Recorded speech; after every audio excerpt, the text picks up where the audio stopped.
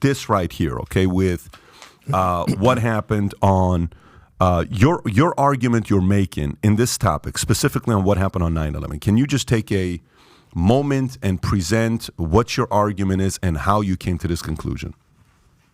Yeah. Well, when I was confronted with this elderly gentleman in 2006, he talked about a third tower that came down. I mean, I'm an architect. I would know if there was a skyscraper that came down on 9/11 that wasn't hit by a plane. I mean, this is a 47-story skyscraper, easily the tallest building in most of our states. But at 5:20 in the afternoon, after witnesses hear explosions, this building drops like a rock, straight down, uniformly, symmetrically, into its own footprint in under 7 seconds. That's at free fall acceleration. That's as fast as a bowling ball falling out of the sky. And we didn't know about it. Most architects and engineers don't know about it. I'm one of 90,000 members of the American Institute of Architects. There wasn't one bulletin issued on this major structural collapse, and no plane hit it. So it had a few small fires. And according to NIST, the National Institute of Standards and Technology, who was tasked by Congress to explain these collapses to the American people, they say these fires brought the building down. Wait a minute. Normal office fires have never brought down a steel frame, fire-protected skyscraper ever in history. And there's been dozens and dozens and dozens of much hotter, larger, and longer-lasting fires in these buildings. And we haven't lost one. So this is an unprecedented event. It should have been the most studied building failure ever. And sure enough, NIST produces 1,000 pages of obfuscation. And this elaborate fairy tale of the initiation of collapse in this building, none of the components of which could actually have happened. They had to eliminate key structural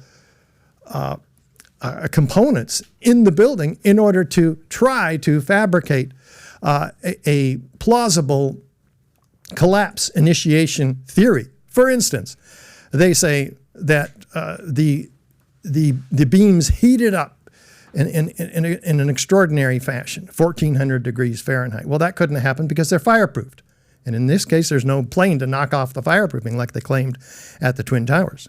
Well, okay, let's just say that those beams could have expanded, because they said this is thermal expansion, which caused a girder to be pushed off of its seat on this column 79 in the building. Well, the girder couldn't have slid sideways because there are shear studs tying it very carefully, and these are in the shop drawings. So NIST, it just says they weren't there. So the girder, let's say that it could have slid off of its seat, and then it would have had to have slid 12 inches off of its seat, because that's the size of the seat. And this says no, it only had to slide halfway off, and then the flange folded, and then it came down. Well, the flange couldn't have folded because there are structural stiffeners welded on to keep that flange from folding and the web from crippling. But they ignored those 3/4 inch thick welded steel stiffeners, completely ignored them. Said they weren't needed in the analysis. So, but let's say that girder could have fallen off of its seat on column 79. You wouldn't have had the 13th floor falling on the 12th, because the 13th floor didn't have enough. Well, there's two other major girders framing into that particular column. So you couldn't have had it falling at all. But let's say it could have. It didn't have enough force, though, dynamic force, to break the connections of the girder on the 12th floor below.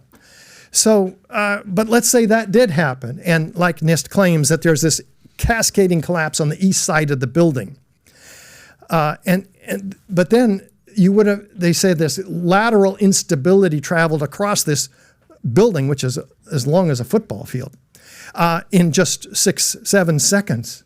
It's absolutely ridiculous, because that would mean 400 structural steel connections would have had to have failed all within every second along that way. But let's say that could have happened. They're saying the interior collapsed and then followed 6 seconds later by the exterior. Well, that couldn't have happened either, because we can all see that the penthouse structures, the west penthouse and screen wall, fall just a half a second prior to the overall collapse. Well, those structures sit on the remaining core columns, 20 of them, after the east penthouse collapses, which is an isolated event. So those 20 columns had to have given way all at once a half a second prior to the overall collapse of this building, completely also disproving their theory. So we know that, as Professor Leroy Hulsey found out, one of the top forensic structural engineers in the country at the University of Alaska at Fairbanks took on the job, 4-year study of this incredible collapse. He said, we got to know if this is true. No plane hit this building. No skyscrapers ever come down due to fire before. Steel frame fire protected skyscrapers. And so we got to find out what happened here. So he did. And guess what he concluded? That this building did not come down by fire. It could not have collapsed, even if the 3 columns that it claims were in turn buckling, the building would have tipped over, which is intuitive for all of us.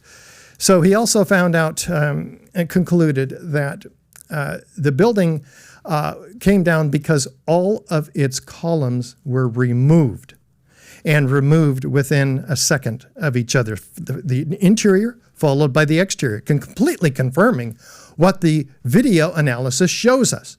So this is an incredible corroboration of what we already know about Building 7 just looking at the videos, but also hearing the witnesses who heard explosions. Now, this is all on our website, richardgage911.org. Witnesses, a half a dozen of them heard and are testifying to explosions before the building comes down. And then we look in the dust, the concrete powder that's throughout World Trade Center, and we find lots of evidence additionally confirming the use of incendiaries in this building. We'll get into that. So if you like this clip and you want to watch another one, click right here. And if you want to watch the entire podcast, click right here.